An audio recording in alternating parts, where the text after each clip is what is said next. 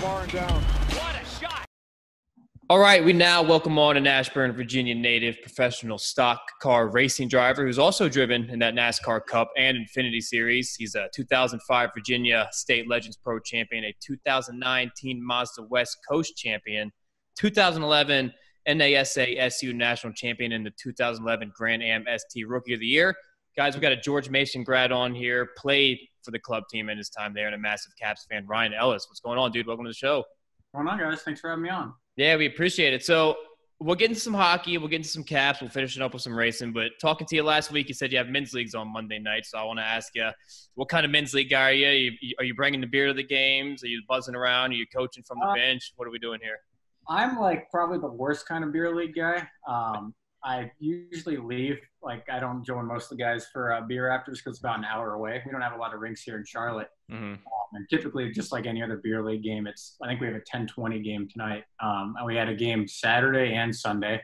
We had 2 championships because half our team got COVID. So we had it all delayed. So I got all my gear literally laying out here. Nice. The Mason bag still? Heck yeah. We got the Mason bag. So I'm just kind of cooling it all off. But I think I'm also the guy that kind of gets in too much shit on the rink. Takes it a little bit too seriously sometimes. But it's same as us. Yeah, same as us. Start talking a little too much shit every now and then. It's like, whoops. I mean, it's kind of surprising you guys got leagues going on down there. I mean, everything is still pretty much shut down league-wise up here. The only thing we can really do is stick and puck. So are they making you, like, get dressed in the parking lots and come in? I saw that, like, was it MedStar's making people home? Yeah. I'll have to do that. No, we're normal, which is probably half the reason that people are getting, coronavirus in our area. Because locker rooms are open, bars are open at the rink. Everything's pretty much normal, which kind of sucks. You got to wear a face mask in, and they take your temperature. But out of the 7 guys that had on our team, like I think they only had fevers for about a day.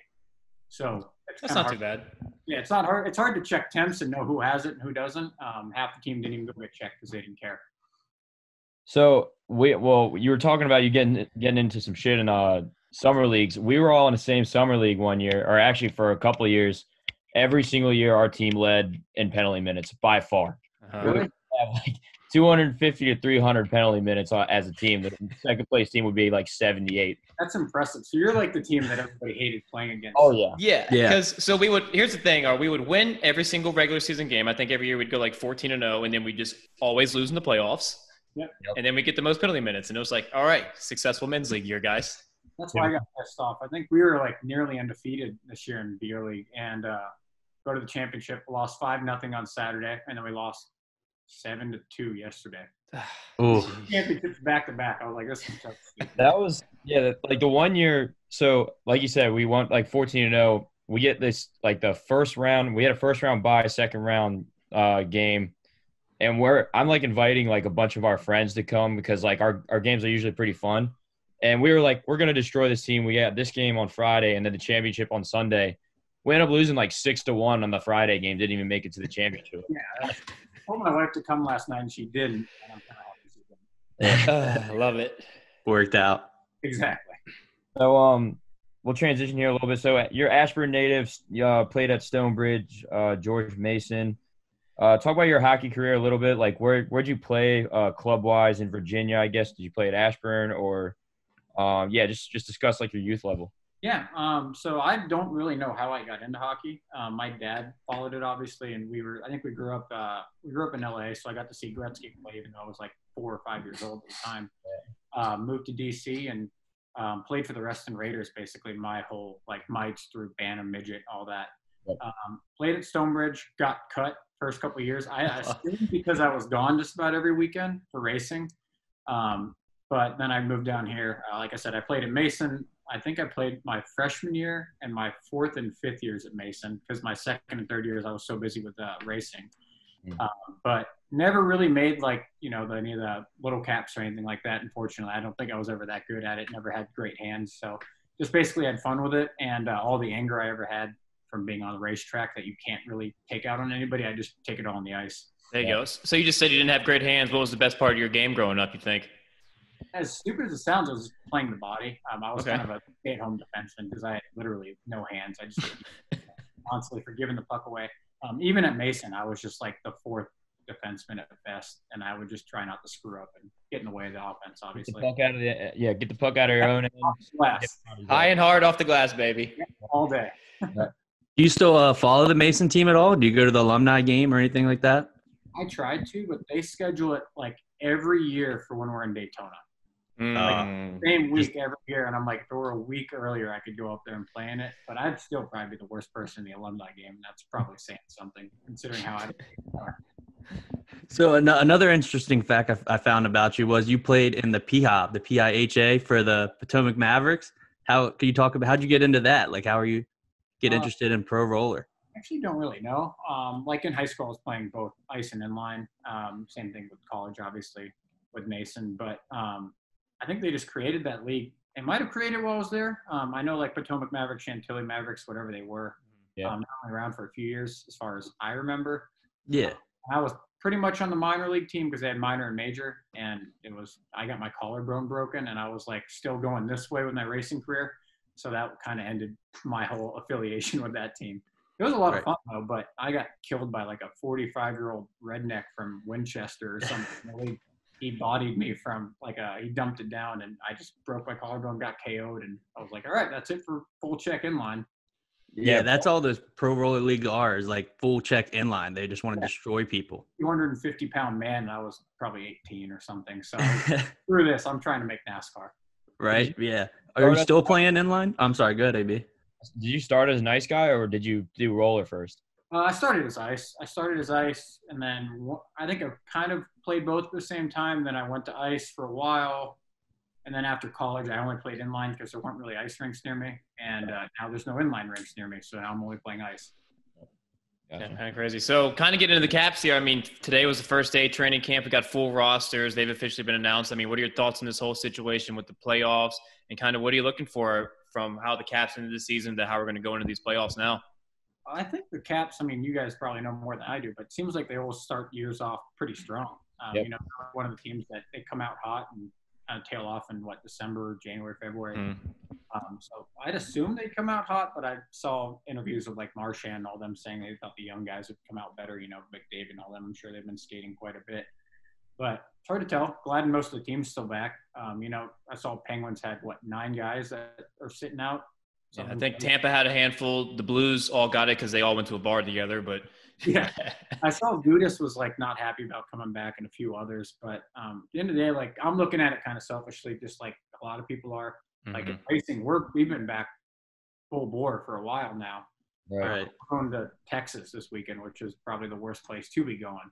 Yeah. So selfishly, I'm like, hey, if we can go travel to Texas and Florida 2 of the next 3 weeks, then I'm sure these guys can go get pent up in a 5-star hotel in Edmonton and Toronto and have a good time and, see who wins the Stanley Cup, because half the teams are going to be gone in a month? So, yeah, seriously. Right. But I'm really excited. I think the Caps got a good chance. Obviously, we don't have too many years left of prime time, Ovi and Backstrom. It seems like Backstrom's kind of already fallen off a little bit, so rooting for everything we can there. Yeah. So when did you start getting into the Caps? What were your first memories as a Caps fan? I mean, sure it was at a young age here in the area, obviously. And who are your favorite players growing up while you were watching? I think. I got into the Caps probably from the moment I moved there, so back in '93, and I took advantage of it back when they really sucked pre-Ovi, and they had college discount nights. I don't know how old you guys are, but we used to go there, and it was 25 or 35 for lower level back when they really sucked. Yeah. And we'd go down there, we'd buy 6 sets of them, and then we'd sell them to people that weren't in college.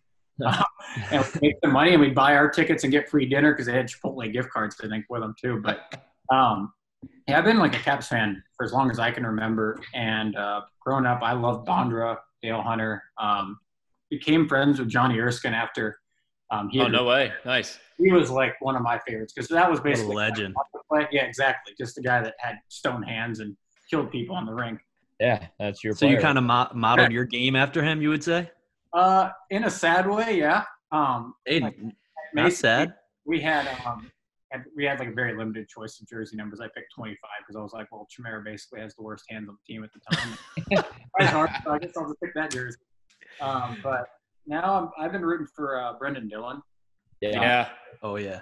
Stay-at-home defenseman, hard-hitting guy, and he followed me on Instagram, and I've been messaging back and forth, and I'm trying to make sure he resigns. But obviously, we got a lot of young guys on D, so I'm trying to suck up and get my all the tickets I can out of the Caps. I was about to say, you got some good pools. So I appreciate you trying to get Dylan re-signed.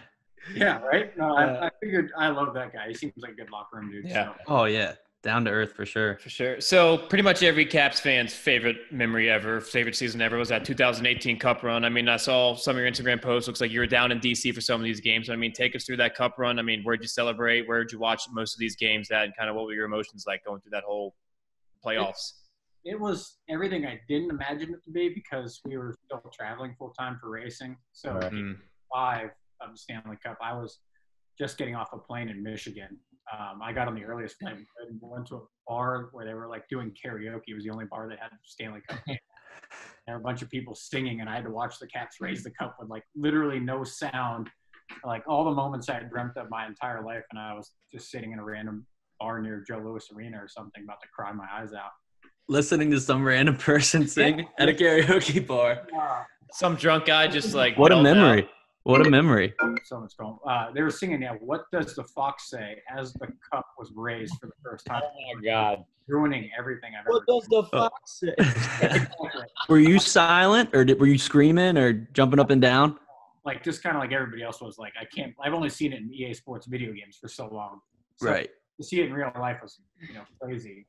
But I had a hookup through, I don't remember who I had a hookup through for the Cup Finals, but I went to Game 4. Nice. That next to Nate Schmidt's parents, which was freaking crazy because I was like cheering for them, and then they were crying next to me. So I was like, oh, this kind of sucks. It's like, we wish you were on this side, but yeah. And they were like, well, look at Tom Wilson now. We're just one of Nate's best friends. I'm like, all right, man, I'm just here to cheer on the Caps. Whatever. Right? They see him in the corner of the bar, like jumping up and down, screaming. It's like, listen, buddy, there's a list for karaoke. Settle down. We'll get to you. Like, no. We're like, I'm watching the game here. Yeah. But then I guess they won. We finished it that weekend. I bought like $1,000 worth of Stanley Cup gear, obviously. Yeah. Drove up to the parade, and I had to work that day, so I drove up that night, stayed with my parents, and then went to the parade and drove back overnight. Same thing with Game 4. I left straight from the rink and drove straight to the race shop the next day. I slept in my car for like an hour. Damn. Yeah, but it was worth it, obviously. Every moment of that. Yeah, definitely was. You got a Stanley Cup themed racing helmet. Let's talk about that a little bit, man. Signed by the whole team? Yeah, the whole team signed it. I mean, did you get it done before that, and then you kind of got in contact with somebody to get it signed, or how'd that? Yeah, I had just had a helmet that was sitting around, and a lot of guys get helmets painted of what's, means something most to them. I have a buddy that like a Blink-182 helmet, which looks badass. I was like, well, I'm obviously going to get Caps one. And the painter kind of delayed it for a while. And I was like, hey, just hold off for like a month now, because I think the Caps had just beat the Penguins. And I was like, let's just see where this goes, because I hadn't heard about it. And then they won the Cup, and he painted it right up. And the Caps posted about it. Obviously, Russian Machine did. They're real good friends with those guys. And they all shared it. NHL got word of it. And then I tried to see if I could ship it up to them and have them just take a picture of it like in the cup or something. They offered to just have the whole team sign it. So we sanded it down, got them all to sign it, and then glossed over it. I'm never wearing that helmet ever again. It's just on display, baby. Yeah, it usually is sitting right here on the shelf. We just in the process of selling this house, so gotcha. Got it packed away. Check on it every day, basically. Gotcha. So how often are you able to get to like Cavs games now? I mean, you got to be pretty busy, but do you ever get to games? Honestly, I get to the games probably on the road just as much as I do back at DC. That's pretty awesome. Yeah, I try to catch them. It's worked out a few times where I've caught them on the road, but it's easier for me to just drive 2 hours to Raleigh and watch them there, even though I was going to ask how far you were from Raleigh, because me and AB went down the first game of the new year this year, and it was an awesome arena. I haven't been there for that one, because I went like the day after New Year's, I believe. Yeah. We won 4-2, 4-3 or something like that. Yeah. I was at that one. I was there when Wilson got tossed in the game prior. But I hate all the Carolina Hurricanes. They're the worst. I really enjoyed $5 Bud Light night, but they're the worst people ever. Yeah, no, are generally uneducated about hockey. And they invited me out, ironically, about a year ago to do their like little siren to get the team out there. And I was like, oh, that's awesome. I'll gladly do that. And then the playoffs happened. They blocked me on Twitter. And I had to like issue them an apology to even get back in the Did they really? So, yeah, I got into it. I got pretty drunk, I think, when that Oshie Fogel hit happened. Oh, yeah, the collarbone. Yeah, and then they were obviously when Ovi knocked Svechnikov out, they were all chirping Ovi, and I was like, none of you guys know anything about hockey. Like, this is NASCAR. That's exactly what I was like. I was getting into it with him on Twitter, and I freaked out because Rod Brendamore like started giving shit to Ovi about the hit. Kid, yeah. I'm like, what the hell? It's the NHL. Grow up. Right. Nice little rivalry we got brewing now. Exactly. Yeah. Well, like half the nobody here even knows hockey exists until something like that. Until they beat us. Yeah. Exactly. Yeah. Everybody on the race shop was chirping me, but none of them even knew the Hurricanes. Yeah. AB's the guy on this podcast that does all of our Twitter arguments for us. So it's either Vegas fans or Carolina fans, and he just gets deep in the mud with them. Oh God, yeah. Carolina's the worst for me, probably just because I live here. But for me, I own Vegas. I own the Vegas fans right now. I'm so far in their head right now. I have free real estate there. I reversed jinxed the Caps to 2018 because after they had lost, what was it? Oh, to Tampa. They lost 5-6. I went and bought a Vegas shirt. I'm like, fuck it, I'm on the Vegas train now. I didn't care. And then they won. I'm like, well, I don't know what I'm going to do with this shirt anymore. Trash this shit. I don't need it. Exactly. It was the Golden Misfit one that I think Barstool had put out. Right. Yeah, never put it on. So I guess I just reverse jinxed him to a cup. So my buddy actually did the same thing. Griff Bear Anderson, he did the same thing where actually at the very beginning of the year, he just bought a Vegas hat. And he's like, fuck this, I'm a Vegas fan now. Yeah.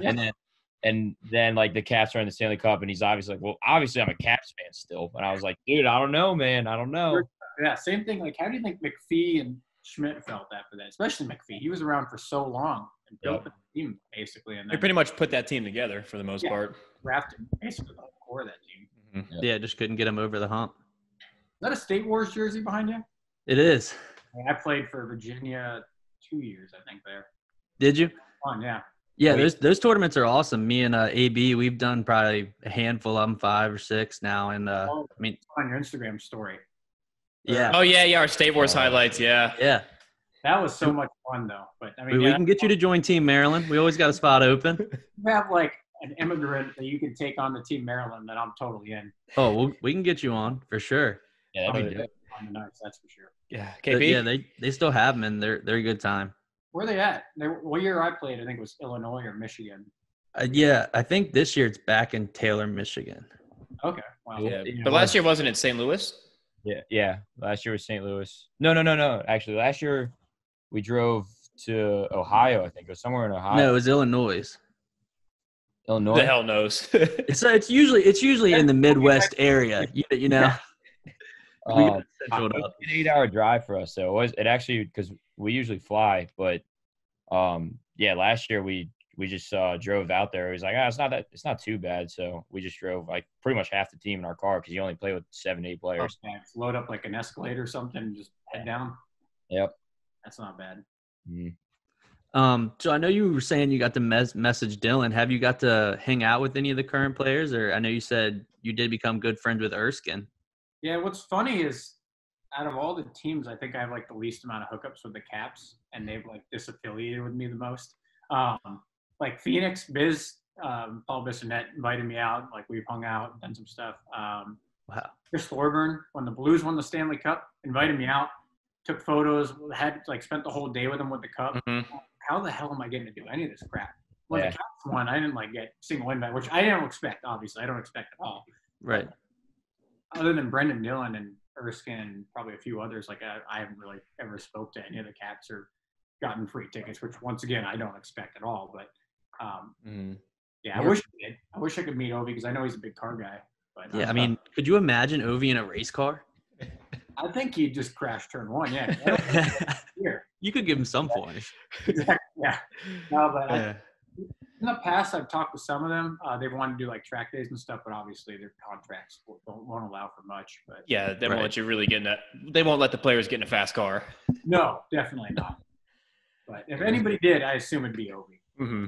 I was gonna say Ov, doesn't he drive like 150 miles an hour on highways anyway? I heard he just has a free reign. yeah. He can do whatever he wants. Kind of transitioning though over to your racing career. I mean, take us through how you got started. Like, did you start on like go-karts as a kid, or how'd you get started into racing? Yeah, so I'm a third generation driver. My grandfather raced in 1950s, ultimately lost his life in a racing crash in 1958, the same year my dad was born. So I don't know how my dad talked my grandma into letting him still race after she had just lost her husband in a crash. But in 89, I was born. I started racing in 93 when I was 4 years old. And my dad kind of stepped out of it. And like starting at 4 is obviously really young. And I basically had raced almost every weekend, probably 36 weeks, 38 weeks a year since I was 4 years old. And kind of progressed from go-karts to quarter midgets, which are basically go-karts with roll cages over them. So if you flip, you don't break your neck. Through Legends cars into NASCAR late models, and then went over to the road course racing side, which is like left and right turns versus obviously ovals. Mm-hmm. Made a name for myself on that side of the motorsports world, and got a call because NASCAR happened to be at the same track as our road racing series was. Made my first NASCAR start doing that. And then kind of literally just like anything else in hockey, I kind of grinded my career through racing because it's so dependent on sponsorship and having money behind you. It's unlike any other sport. Because a lot of these guys got to find $6 million per year just to do the job. It's not like if you have the talent, you go in there and you do it. That's what sucks the most about it is if I had $6 million, I could go and steal Denny Hamlin's ride or Kyle Busch's ride. Right. We don't ask Alex Ovechkin, hey, find $10 million of sponsorship and then you can come play for the Caps. It's just you make the Caps, you're drafted. Yeah. Unfortunately, that's kind of the state of the sport. You know, the teams spend $20-30 million a year, so they have to get their money back somehow, which is kind of why I'm stepped aside for a little bit and just doing a couple races a year. Gotcha. So you almost have to like brand yourself out to these other companies, basically. You know, is that what's... Absolutely, yeah. And it's all about connections, which is what's good and bad about it. Like a lot of guys that we race with, I have a buddy, Michael Annette, who actually played hockey professionally as well. His father owns one of the largest trucking businesses in the country. And there you go. and he's sponsored by Pilot Flying J because they have a deal that they only stop at those gas stations. So they make their money back. Or you see a guy like Paul Menard who's sponsored by Menards. They're like, oh, well, it makes sense how that guy has, his money. But like I had to grind. I had a fraternity friend through Kappa Sigma at George Mason that hooked me up with one of my biggest sponsors, Science Logic, which was that car right there. And they got me a couple of my cup races. And then the chief marketing officer, unfortunately, left and went to another company. And when that happened, that basically cut my racing budget. And that's kind of why I'm basically a beer league hockey player, work and race occasionally. Yeah. So, I mean, or no, go ahead. Go ahead, KP. Yeah, so like when was it in your career that you were like, I want to make a living out of this? Like, I like going fast. Like, was it just the moment you started or? Yeah, like Ricky Bobby type stuff where I was like, I'm either going to play in the NHL or race professionally. And I should have picked the NHL because I could at least had a chance. If you have talent, you make it. But like I always wanted to race. I think that's just because that's closer to like my bloodline. And obviously like having asthma was one of the few things I could do other than hockey that kind of didn't screw up my lungs that bad, which unfortunately it did just because of all the exhaust fumes and everything else. But it was just, it was something I fell in love with at a young age. And unfortunately, as it kind of grew to the point where you needed to have sponsorship to race, and it kind of became more of a business than a sport, unfortunately. So, I mean, you've raced a ton of different cars. I mean, going through your racing career kind of on Wikipedia so we get the real hard-hitting news and facts about you. But, I mean, so some of that, like, what's the favorite type of car you've driven or raced? And then same with the tracks, because I'm sure you've raced everywhere from, NASCAR speedways to dirt tracks. So what are your two favorite cars to ride and favorite tracks to drive on? Yeah, I like the road courses a lot, the left and right turns. I know, like, the oval stuff. Like NASCAR generally, if you watch it on TV and you don't have someone you're like actively rooting for, it's awful to watch. It's like bad. I don't ever try to defend if NASCAR is good to watch on TV, but anybody that ever hopped in a race car would be like, this is one of the coolest things ever. It's one of those things you have to stand on the road or hop in a race car and be like, okay, I get what these people are going through. Yeah. But I'd say from a road course perspective, it takes a lot more talent because, you have to brake, you're shifting, you're lifting, you're left, right turns, you have elevation change. Whereas an oval, obviously, it's 500 laps around left turn. Still, it takes a lot of talent, but a very different level of talent. It takes away a lot of the variables that you have at a road course. So I'd say like Mid-Ohio was a track that I always had a lot of fun at. And I raced these prototypes for quite a few years, and we won a national championship doing that. And those things are just absolutely insane. A super light coupe. So if you guys ever Google that, it's things I've ever driven. Interesting. And NASCAR stuff's fun. It's safe, but they're not like, other than sounding cool, there really isn't much to them. They're just something you can hit a wall at 200 miles an hour away with and walk away. Yeah. So one car you haven't driven but would love to drive, type of race car? I think like a GT race car, like an Audi R8, like in what you'd call like the IMSA series or Le Mans type stuff. I think it's really cool just to drive like the street racing type cars, just because they're high horsepower. They're very limited rules versus NASCAR. You can't get too creative with stuff. Like if you can drive basically like a Need for Speed or car. I'm personally a massive. So I don't watch racing. The only racing I watch is Formula One, and I'm all about to watch every race. I mean, could you imagine yourself getting in one of those cars and just buzzing around? Okay, I screwed up. I should have said Formula. Honestly, like that would be, because those things are absolutely insane with how much they're stupid, how fast they are.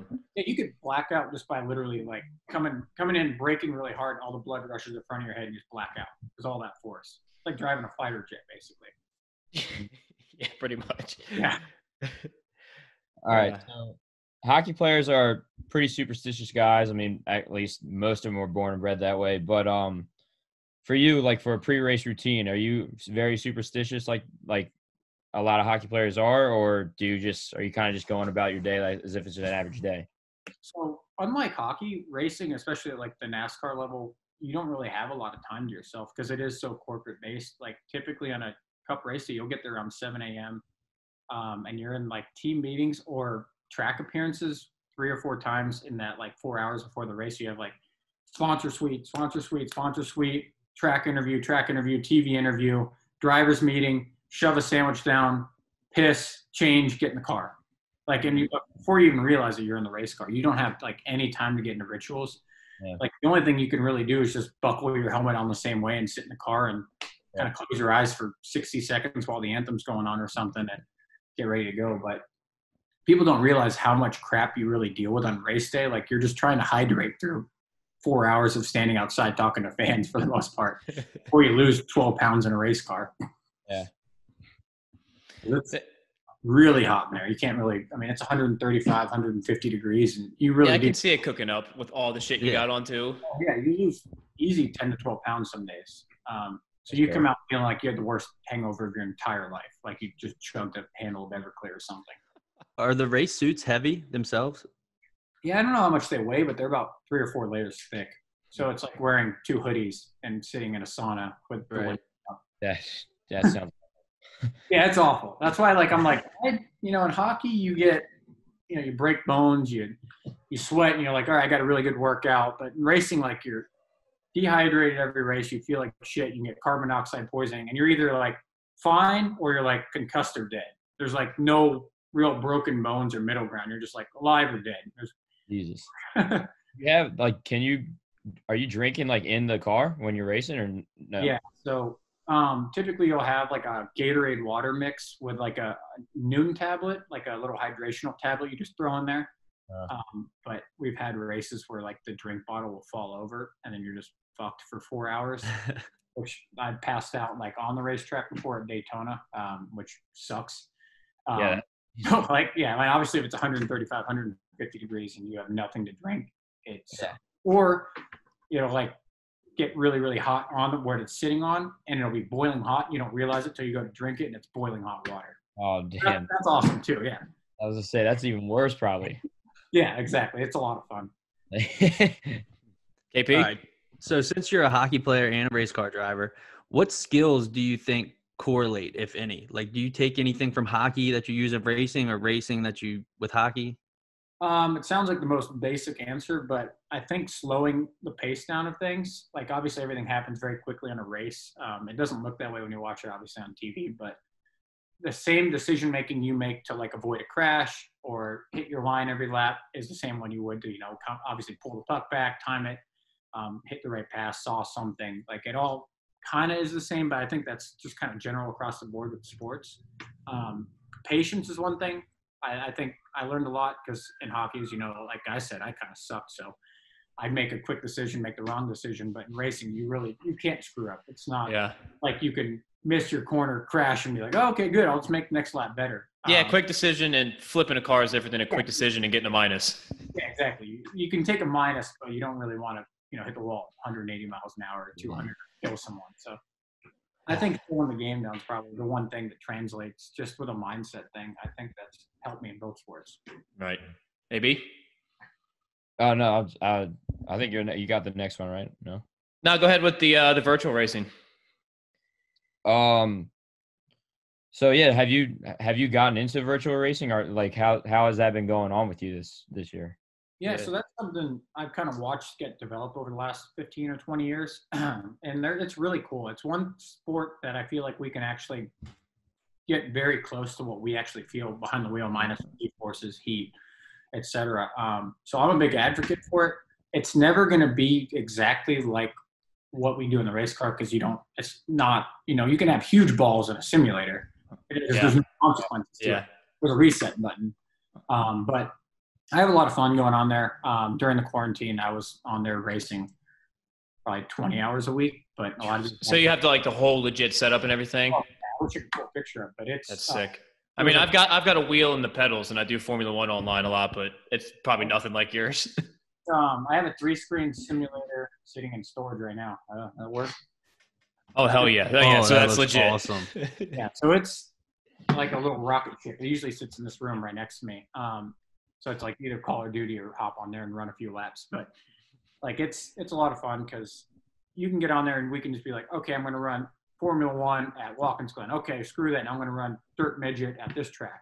So you can just go do everything you've ever wanted to. I can invite 30 of my friends in their race, so we've had friends come over here where we just be like, all right, we're going to take, Mario Kart drinking contest. We get to do a shot and see who can run the fastest lap. Yeah. If you dead last, you take another shot. Mario Kart on steroids. So it's really cool because I just don't think without that type of simulation, anybody that doesn't race for a living or have those opportunities will ever understand what we do behind the wheel. Right. But like I said, never going to be 100%, but it's so cool. And the fact that like NASCAR put them on TV and everything was something no other sport can do because you're not going to see a lot of the NHL guys go and EA Sports it and have it be something you really want to watch. Yeah, exactly. So last thing I have for you is a quick couple rapid fire questions we'll toss your way. So first one is Rubbin actually racing? Yes. Okay. Absolutely. Is it true that if you ain't first, you're last? Back to the Ricky Bobby talk from earlier. Absolutely. All right. Do you think NASCAR would be faster if you could only turn right? Ooh, I don't think any of these guys can turn right, so I'm going to go no. Okay. So fastest you've ever gone in a car? 2:15-ish. It's a little sketchy. If I look down at the speedometer and saw that, I'd probably be shitting myself a bit. But and the fastest you go is generally right before you're about to turn or hit something. So you're not usually looking at like what would be a speedometer. Yeah, I guess that's true. Kind of going back to earlier too. If you could choose one cap to take around the track in the car, who you choosing? Ovi, just for the life. Ovi. And then that's an easy one though. Which cap you think would be the best NASCAR driver? Backstrom. Okay, I see that. And then my last one, do you drive your regular car to go get groceries and shit like that like you do in NASCAR? Or are you one of those guys that just goes like super slow? Back when I was like in Nova, yeah, I did. I think I lost my license twice in my first 3 or 4 years because I was a complete idiot. And as you know, like anything over 80 in Virginia is like a felony. Yeah, they pretty much try to throw you in jail for manslaughter. Yeah, I got a bunch of those, so I lost my license a lot. And then I grew up. Now I'm like a ticket every other year type of guy. I still have Subaru BRZ, so it's nothing cool. You just accidentally show them your NASCAR license or your like racing license. You're like, oh, whoops, wrong one. It sounds cocky, but like at some point when you're going like 150, 200, like 89, 100 doesn't feel that fast on the highway. Yeah. And you're like, oh, what's the point of going to jail for that when hop in a race car and go 200? And I literally have race cars I can do this in for fun. KP, AB, anything else from you guys? Yeah, real quick. So I've been to some race car or some NASCAR events. I've been to Dover and I've been to Richmond. Is there any other tracks that are definitely like a good experience that I should check out? Yeah, actually, the 2 tracks that are probably second closest to you there is Martinsville and Bristol. Bristol was like our short track racing, beating and banging fights, everything. That's actually coming up 2 days. Martinsville, same thing. Like they're both just half-mile racetracks where people will literally beat the shit out of each other in the car, out of the car, fights in the stands, and they tailgate their ass off. So those are like some of the coolest races to go to. Talladega is like a redneck frat party. So you'll see shit you never want to see again in your entire life, and stuff that you're going to want to tell all your friends about.